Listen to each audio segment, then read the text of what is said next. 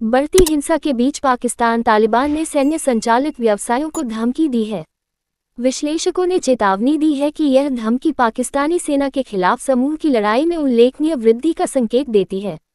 पाकिस्तान तालिबान ने सेना को अपने व्यावसायिक हितों पर हमले शुरू करने की चेतावनी जारी की है। इस्लामाबाद, पाकिस्तान प्रतिबंधित सशस्त्र समूह पाकिस्तान तालिबान, जिसे टीटीपी के नाम से जाना जाता है, ने पाकिस्तानी सेना को चेतावनी जारी की है, जिसमें कहा गया है कि वह सुरक्षा कर्मियों को निशाना बनाना जारी रखेगा और सेना के व्यापारिक हितों के लिए अपने हमलों का विस्तार करेगा। रविवार को जारी एक बयान में टीटीपी ने पाकिस्तानी सेना द्वारा संचालित विभिन्न वाणिज्यिक उद्यमों के खिलाफ कार्रवाई करने का वादा किया। समूह द्वारा नामित कंपनियों में नेशनल लॉजिस्टिक्स सेल, एक रावलपिंडी स्थित लॉजिस्टिक्स फर्म थी, फ्रंटियर वर्क्स ऑर्गेनाइजेशन, जो इंजीनियरिंग और निर्माण में विशेषज्ञता रखता है, फौजी फर्टिलाइजर कंपनी, एक उर्वरक निर्माता, पूरे पाकिस्तान में सैन्य संचालित आवास प्राधिकरण, एक वाणिज्यिक बैंक और कई अन्य संस्थाएं। पढ़ते रहते हैं। 4 वस्तुओं की सूची। 4 में से एक सूची। चचेरे भाई युद्ध में सीमा पार हमलों के बाद पाकिस्तान अफगानिस्तान संबंध तनावपूर्ण। 4 में से 2 की सूची। विश्लेषण, अफगान तालिबान के साथ पाकिस्तान के रिश्ते खराब क्यों हो गए हैं? 4 में से 3 की सूची। जैसे ही पाकिस्तान, अफगानिस्तान एक दूसरे पर हमला करते हैं, पड़ोसियों के लिए आगे क्या है? 4 में से 4 की सूची। 2024 में पाकिस्तान कैसे बदल गया? पाकिस्तान तालिबान ने नागरिकों को 3 महीने के भीतर सैन्य संचालित संगठनों से अलग होने की चेतावनी दी। इन कंपनियों के कर्मचारियों से आय के वैकल्पिक स्रोत खोजने का आग्रह किया। पाकिस्तान तालिबान के बयान पर सेना ने अभी तक कोई प्रतिक्रिया जारी नहीं की है। अल जजीरा ने प्रतिक्रिया के लिए सेना की मीडिया शाखा inter services public relations (ISPR) से भी संपर्क किया, लेकिन कोई जवाब नहीं मिला।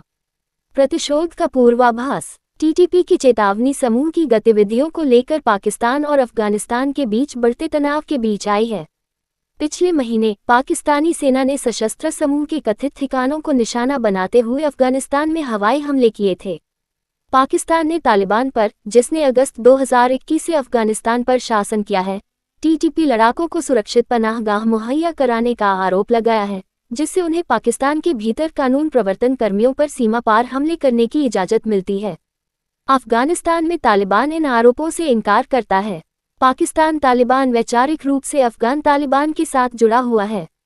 इसकी स्थापना 2007 में संयुक्त राज्य अमेरिका द्वारा तथाकथित आतंकवाद पर युद्ध के दौरान की गई थी और यह 1 दशक से अधिक समय से पाकिस्तान राज्य के खिलाफ विद्रोह कर रहा है।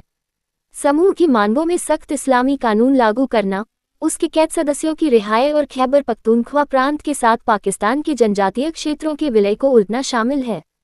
काबुल में तालिबान के सत्ता में आने के बाद से पाकिस्तान में टीटीपी की गतिविधियां नाटकीय रूप से बढ़ गई हैं। 2023 में लगभग 1000 लोग, ज्यादातर सुरक्षाकर्मी, मारे गए। 2024 में हिंसा जारी रही, जिसे इस्लामाबाद स्थित think tank centre for research and security studies (CRSS) ने लगभग 1 दशक में सबसे घातक वर्ष बताया। CRSS के अनुसार पिछले साल हमलों में 2526 लोग मारे गए थे, जिनमें लगभग 700 सुरक्षाकर्मी, 900 से अधिक नागरिक और लगभग 900 सशस्त्र लड़ाके शामिल थे। ये मौतें 9 साल के उच्चतम स्तर को दर्शाती हैं, जो 2016 में 2432 मौतों के पिछले चरम रिकॉर्ड से अधिक है। CRSS के कार्यकारी निदेशक इम्तियाज गुल ने चेतावनी दी कि पाकिस्तान तालिबान की चेतावनी को खारिज नहीं किया जाना चाहिए। गुल ने अल जजीरा को बताया, वे अच्छी तरह से जानते हैं कि पाकिस्तानी सेना इस लड़ाई में उनके खिलाफ मुख्य धुरी है और उनका उद्देश्य सेना को चोट पहुंचाना और उसके हितों को कमजोर करना है।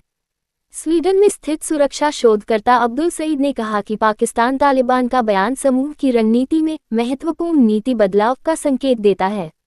जुलाई 2018 से टीटीपी के नेता मुफ्ती नूर वली महसूद के तहत मुख्य रूप से सुरक्षा बलों पर हमलों को सीमित करने के लिए एक नीति पेश की गई थी।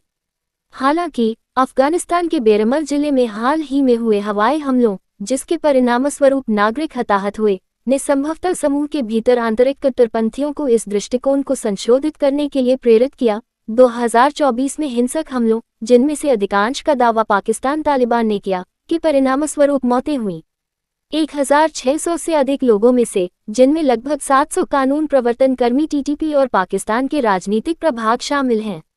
हालांकि पाकिस्तान तालिबान के बयान का समय बढ़ते सैन्य अभियानों से मेल खा सकता है, जिसमें पिछले साल जून में शुरू किया गया अभियान भी शामिल है। विश्लेषकों का सुझाव है कि समूह देश के राजनीतिक विभाजन का भी फायदा उठा रहा है। अंतर्राष्ट्रीय मामलों के विशेषज्ञ और सनोबर इंस्टीट्यूट के कार्यकारी निदेशक कमर चीमा ने बताया कि देश की लोकप्रिय विपक्षी पार्टी पाकिस्तान तहरीक-ए-इंसाफ (पीटीआई) के ज्ञात समर्थकों ने हाल ही में सेना के उत्पादों के बहिष्कार के लिए सोशल मीडिया अभियानों को बढ़ावा दिया है। व्यवसाय चलाएं। पूर्व प्रधानमंत्री इमरान खान की अध्यक्षता वाली पीटीआई ने सेना पर संयुक्त राज्य अमेरिका और उनके राजनीतिक प्रतिद्वंद्वियों के साथ मिलकर अप्रैल 2022 में उन्हें सत्ता से हटाने की साजिश रचने का आरोप लगाया है। अपने निष्कासन के बाद से खान, जो अगस्त 2023 से जेल में हैं, और उनके समर्थकों ने सेना के प्रति आलोचनात्मक रुख बनाए रखा है। नवंबर के अंत में पीटीआई द्वारा बड़े पैमाने पर विरोध प्रदर्शन के बाद, जिसमें 12 पार्टी कार्यकर्ता और समर्थक मारे गए, उन्होंने एक सोशल मीडिया अभियान चलाया जिसमें नागरिकों से सेना की व्यावसायिक शाखा से जुड़ी संस्थाओं का बहिष्कार करने का आग्रह किया गया। खान द्वारा सविनय अवज्ञा आंदोलन शुरू करने की धमकी के बाद ऑनलाइन अभियान को और गति मिली। चीमा ने कहा, अगर पीटीआई ने राज्य संस्थानों का राजनीतिकरण नहीं किया होता तो शायद टीटीपी इस डोमेन को लक्षित करने के बारे में सोचने की स्थिति में नहीं होती।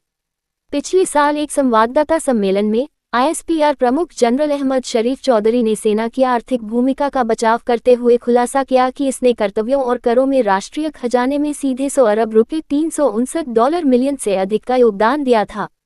उन्होंने कहा कि सैन्य संबद्ध संगठनों ने करों में अतिरिक्त 260 अरब रुपये $934 मिलियन का भुगतान किया। शोधकर्ता सईद ने बताया कि पाकिस्तान तालिबान इस खंडित राजनीतिक परिदृश्य का फायदा उठाना चाहता है, जहां सेना को नियमित आलोचना का सामना करना पड़ रहा है। शहरी हिंसा की वापसी। 2007 में अपनी स्थापना के बाद पाकिस्तान तालिबान देश के कुछ सबसे घातक हमलों के लिए जिम्मेदार था, जिसमें 2014 में पेशावर के आर्मी पब्लिक स्कूल में नरसंहार भी शामिल था, जिसमें 130 से अधिक बच्चे मारे गए थे। विश्लेषकों को चिंता है कि समूह की नई रणनीति व्यापक हिंसा की वापसी का संकेत दे सकती है, खासकर शहरी इलाकों में। चीमा ने कहा कि पाकिस्तान तालिबान ने हाल ही में सत्तारूढ़ पाकिस्तान मुस्लिम लीग नवाज (PMLN) के सदस्यों को धमकी दी है। हमने टीटीपी को पहले भी राजनीतिक दलों को निशाना बनाते देखा है। हालांकि नागरिकों को अंधाधुंध निशाना बनाने का उल्टा असर पड़ने की संभावना है। हालांकि मेरा मानना है कि उन्हें अफगान तालिबान का समर्थन प्राप्त हो सकता है, उन्होंने कहा। CRSS के गुल ने सुझाव दिया कि पाकिस्तान तालिबान का तर्क अफगानिस्तान में सीमा पार हमलों को रोकने के लिए सेना पर दबाव डालना है। अफगान सरकार के साथ तनाव उनकी धरती पर हवाई हमले शुरू करने की पाकिस्तान की कट्टरपंथी सैन्य रणनीति के कारण उत्पन्न हुआ है। टीटीपी शायद मानता है कि व्यावसायिक हितों पर हमले की धमकी सेना को आगे आक्रामकता से रोक सकती है, उन्होंने कहा। हालांकि सईद का मानना है कि इस नीतिगत बदलाव से शहरी क्षेत्रों में संघर्ष का विस्तार और दायरा बढ़ेगा। उन्होंने कहा, टीटीपी के लिए एक प्रमुख लाभ धन उत्पन्न करने की क्षमता में है, क्योंकि व्यवसाय और उनसे जुड़े व्यक्ति लक्षित होने से बचने के लिए जबरन वसूली का सहारा ले सकते हैं।